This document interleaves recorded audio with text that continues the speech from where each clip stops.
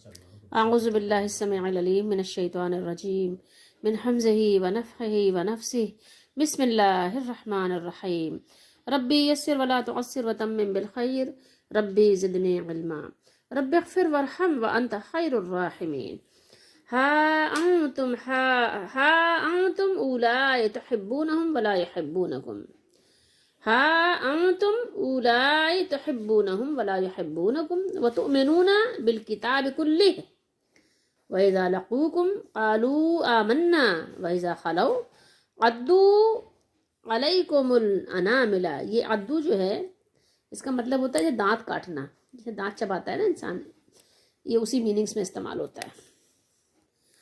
عَلَيْكُمُ الْأَنَامِلَ مِنَ الْغَيْظِ قُلْ مُوتُوا بِغَيْظِكُمْ إِنَّ اللَّهَ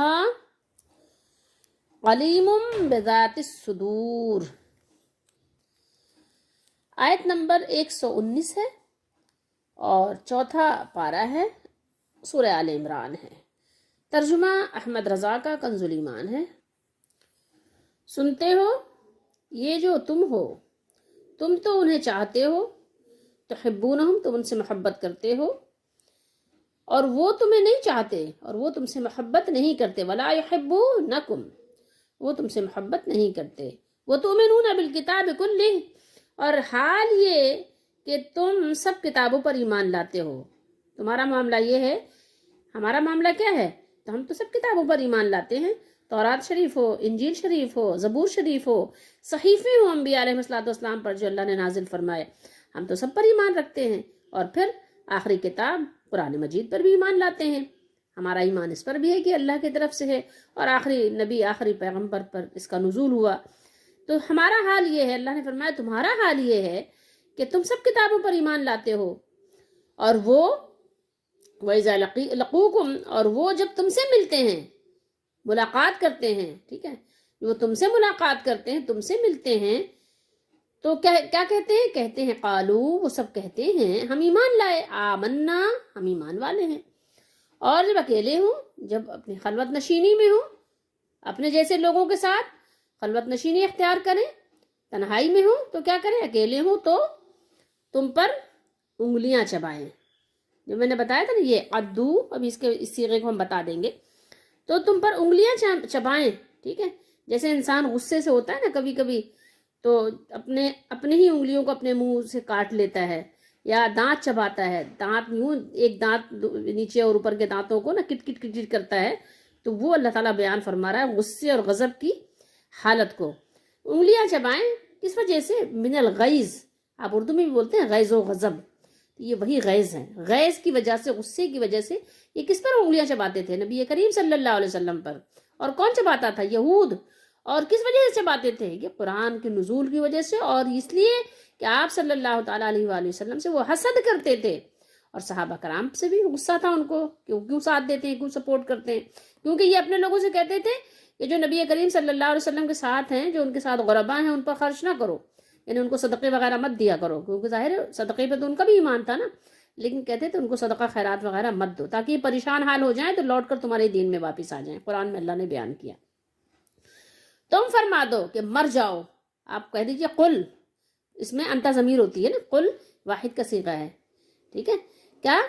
قل، آپ کہہ دیجئے، نبی کریم صلی اللہ علیہ وسلم سے اللہ نے فرمایا آپ کہہ دیجئے، موتو یہ جمع کا صیغہ ہے، تم سارے جو جتنا بھی تمہیں غصہ آ رہا ہے نا، غصہ کرنے والوں مر جاؤ، ٹھیک ہے، تم کو اتنا ہی غصہ آ رہا ہے نا، تم مر جاؤ، قل موتو بغیظکم، اپنے غصے میں خود ہی مر جاؤ، اپنے آپ کو نا ہلاک کر ڈالو، تم فرما دو کہ مر جاؤ اپنی گھٹن، اپنی جلن میں، اپنی قلبی جلن، یہاں ترجمہ گھٹن یہ بریکٹ میں لکھ دیا ہے، یعنی اپنے غیظ و غضب، اپنے غصے سے خود آپ مر جاؤ تم لوگ، ٹھیک ہے۔ ان اللہ بے شک، ان یقین کا فائدہ دیتا ہے کہ بے شک اللہ تعالی خوب جانتا ہے دلوں کی بات۔ صدر کی جمع صدور ہے، صدر کہتے ہیں سینے کو، صدور یعنی سینے، ٹھیک ہے، تو یہ اللہ تعالیٰ جانتا ہے، بہت اچھی طرح جانتا ہے، یعنی خوب جانتا ہے، یعنی اس کو سارے کچھ معلوم ہے، وہ اندھیریوں میں بھی جانتا ہے اور دلوں کے اندر کی پوشیدہ چیزوں کو بھی جانتا ہے، وہ خوب جانتا ہے اور خوب جاننے والا ہے۔ یہ تمہارے دلوں میں جو باتیں چھپی ہوئی ہیں نا، جو دلوں میں تمہارے جو ہے رکھی ہوئی ہیں چیزیں، وہ اللہ تعالیٰ خوب جانتا ہے کہ تم نے دلوں میں اپنے کیا چھپا کر رکھا ہوا ہے۔ یہاں ان کا ترجمہ نہیں تھا تو میں نے کر دیا یہاں کا۔ ہاں، اس کی پہلے تھوڑی سی تحقیق کر لیجئے کہ یہ ہا کون سی ہے۔ یہ ہا ہے حروف تنبیہ، حرف تنبیہ جو ہے اسی میں سے، جو حروف تنبیہ ہیں ان میں سے ایک یہ ہا ہے۔ جیسے آپ کسی کو وارن کرتے ہیں نا، وارننگ دیتے ہیں، اسی طریقے سے یعنی کسی کو آگاہ کیا جا رہا ہے، تنبیہ کی جا رہی ہے، سنو، ادھر توجہ کرو، توجہ سے بات کو سنو، سمجھنے کی کوشش کرو۔ اور یہ اناملہ جو ہے، انملتن کی جمع ہے۔ اس کو کس کو کہتے ہیں؟ یہ انگلیوں کے پوروں کو، جیسے یہ انگلیاں ہیں نا، یہ اس کے پورے جو یہ پورے ہیں، یہ اس کو کہتے ہیں، ایک ایک پورا جو ہوتا ہے اس کو کہتے ہیں، ایک پورا یہ ہے نا، یہاں سے یہاں تک یہ ایک پورا ہے، اس کو کہتے ہیں، ٹھیک ہے، انملتن، اس کی جمع ہے انامل۔ یہ عدو ہے، دواد ہے، یہ عدا یا عدو، یہ باب فتحہ سے اس کا معنی آتا ہے دانتوں سے کاٹنا۔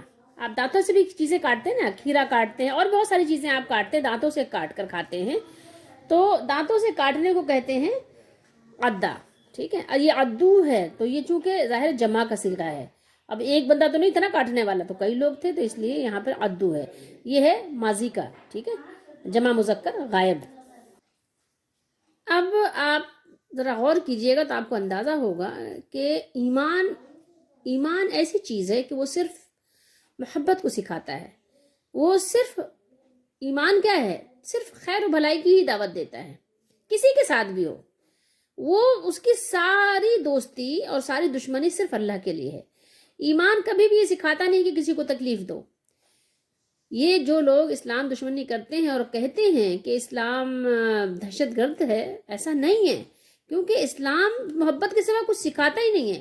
وہ تو اپنے دوستوں کے ساتھ کہتا ہے کہ زیادتی نہ، اپنے دشمنوں کے ساتھ کہتا ہے زیادتی نہ کرو۔ اسلام قرآن آپ پڑھیں تو آپ کو پتہ چلے گا، اسلام کہتا ہے کہ اپنے دشمنوں کے ساتھ بھی آپ زیادتی نہ کرو۔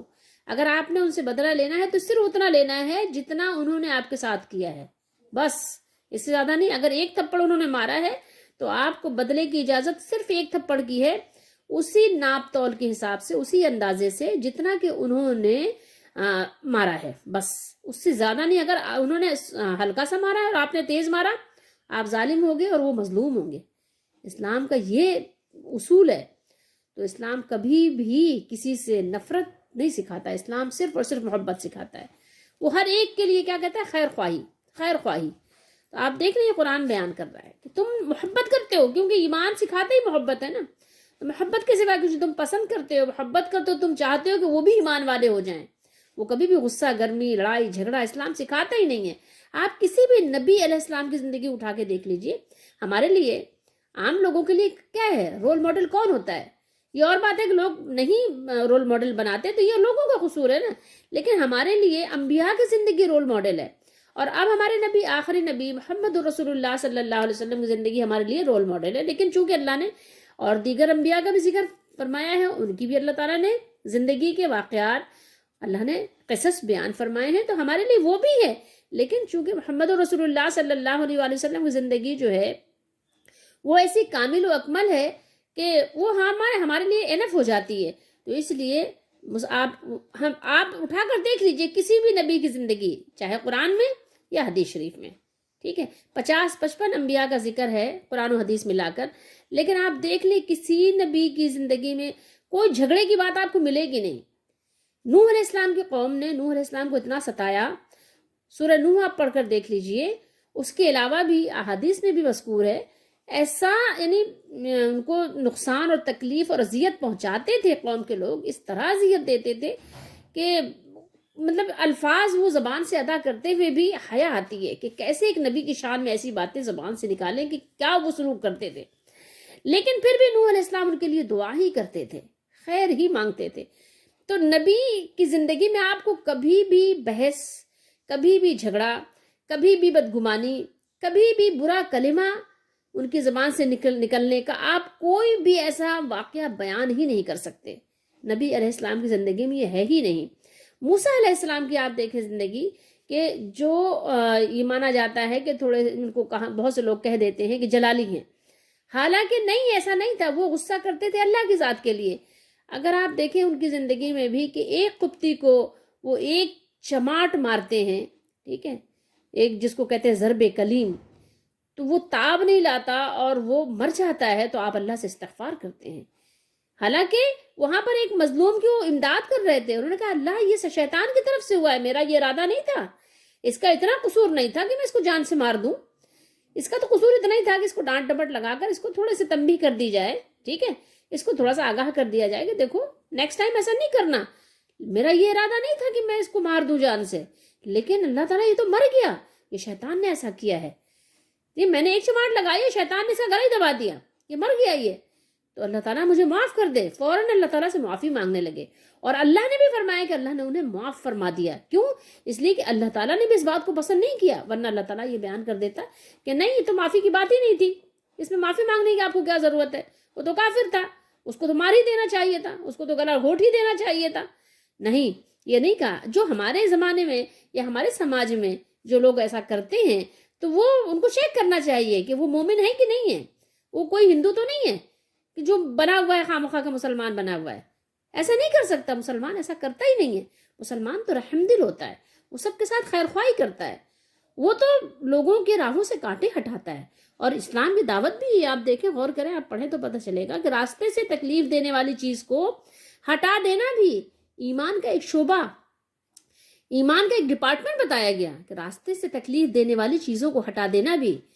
جیسے اسلام کے بہت سارے ڈپارٹمنٹس ہیں تو ایک یہ بھی ہے کہ آپ راستے سے کانٹا، ہڈی، پتھر، کنکر، جھاڑیاں جو بھی ہے آپ راستے سے ہٹا دیں، اس میں آپ کو نیکی ملے گی. یہ ایمان کا ایک شعبہ ہے. اب آپ سوچ سکتے ہیں اسلام کیسے اس بات کا درس دے سکتا ہے کہ کسی کو تکلیف پہنچائی جائے. تو اگر کوئی اسلام کا نام لے کر تکلیف پہنچاتا ہے تو وہ خود اپنا چیک کرے کہ وہ کتنا اسلامی ہے. خیر، تو اب آپ دیکھیے کہ یہ قرآن کیا بیان کر رہا ہے کہ تم ان سے محبت کرتے ہو، تم ان کو پسند کرتے ہو، تم چاہتے ہو کہ ان کو خیر ملے، وہ دنیا میں بھی عزت سے رہیں اور آخرت میں بھی عزت سے رہیں. یہ قرآن بیان کر رہا ہے. لیکن ان کا معاملہ کیا ہے؟ وہ نہیں کرتے محبت. ولا یحبونکم، وہ تم سے محبت نہیں کرتے. اور جس کو اگر اس پر یقین نہ ہونا تو وہ چاہے تو آج بھی اپنے یعنی چشم دید آنکھوں سے اس کا ملاحظہ اور مشاہدہ کر سکتا ہے. اگر آپ دیکھیں تو یہ جتنے کاغذی مسلمان ہیں ان کے دل سخت ہیں، ان کے دل بھی کافروں کی طرح ہو گئے ہیں، کیونکہ یہ کاغذی ہیں.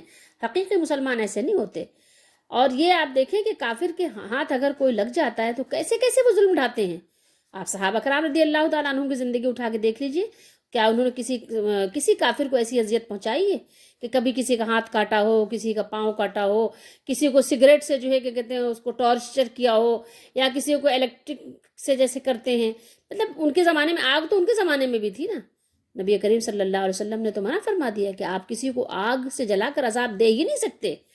لیکن آپ اس زمانے میں دیکھ لیں، آپ خود اپنی آنکھوں سے آپ اس کو مشاہدہ کر لیں کہ دیکھیں کیسے کرتے ہیں.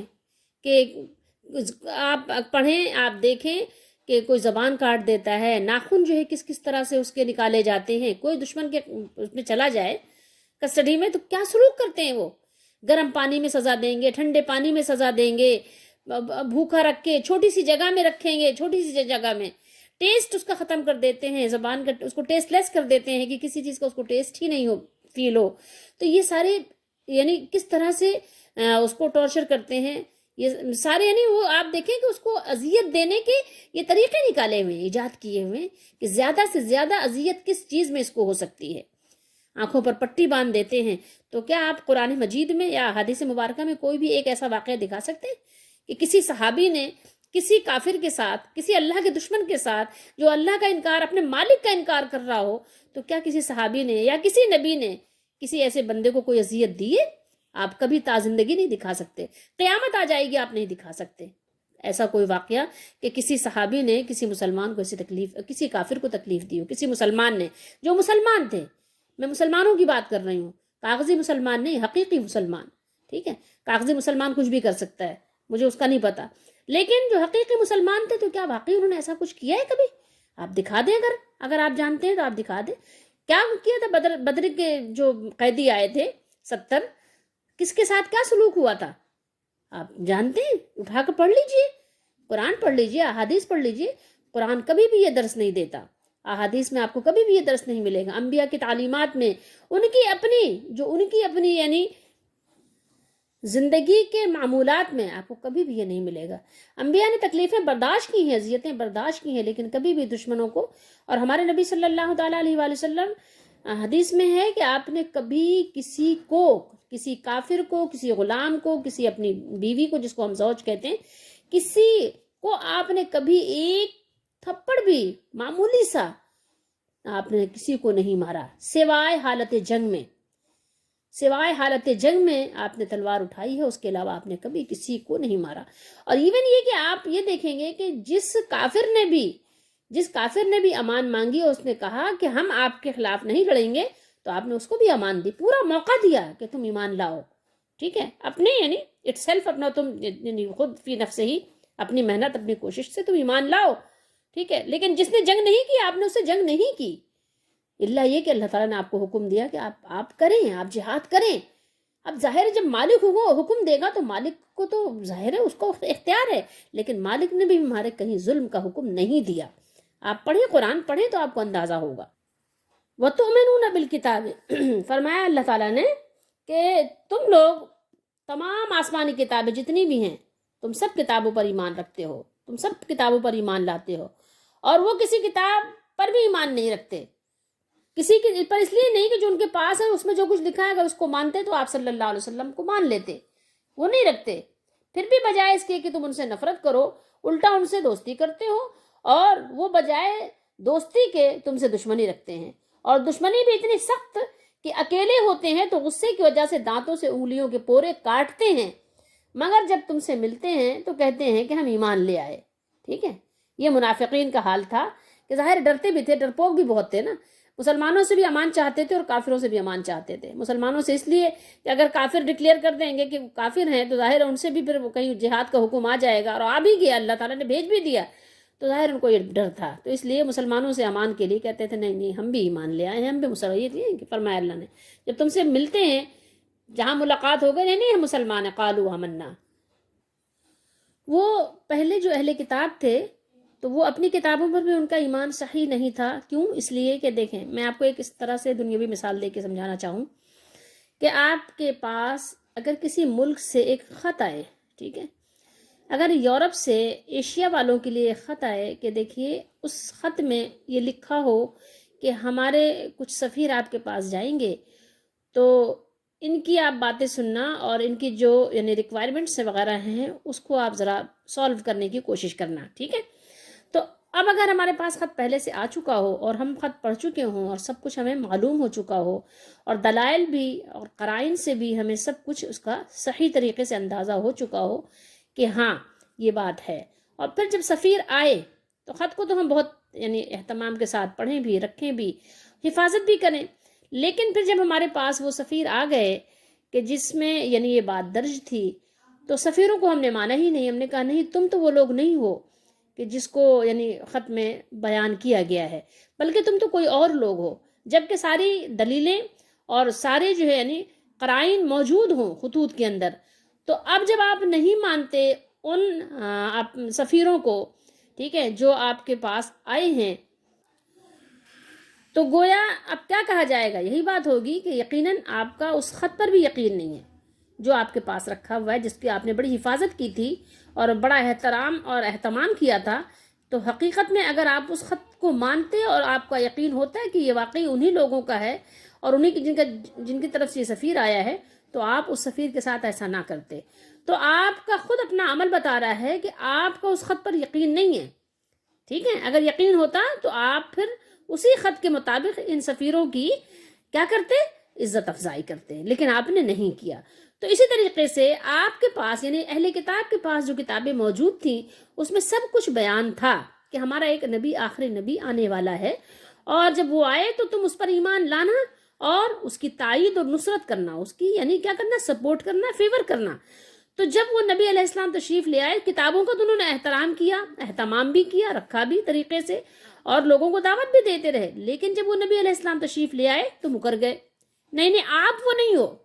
بات تو سب ٹھیک ہے، کتاب میں تو سب صحیح لکھا ہے، لیکن آپ وہ نبی ہو جب نہیں ہو، حالانکہ قرائن سے سب کچھ موجود ہے، دلائل سارے موجود ہیں، تو اس لیے فرمایا اللہ تعالیٰ نے کہ ان کا یعنی تم سب کتابوں پر ایمان رکھتے ہو، جو نبی بھی جس وقت بھی جس زمانے میں بھی جس بستی میں بھی جہاں بھی جو نبی تشریف لایا اور اس کے پاس جو بھی صحیفہ جو بھی کتاب آئی تم سب پر ایمان رکھتے ہو، ٹھیک ہے.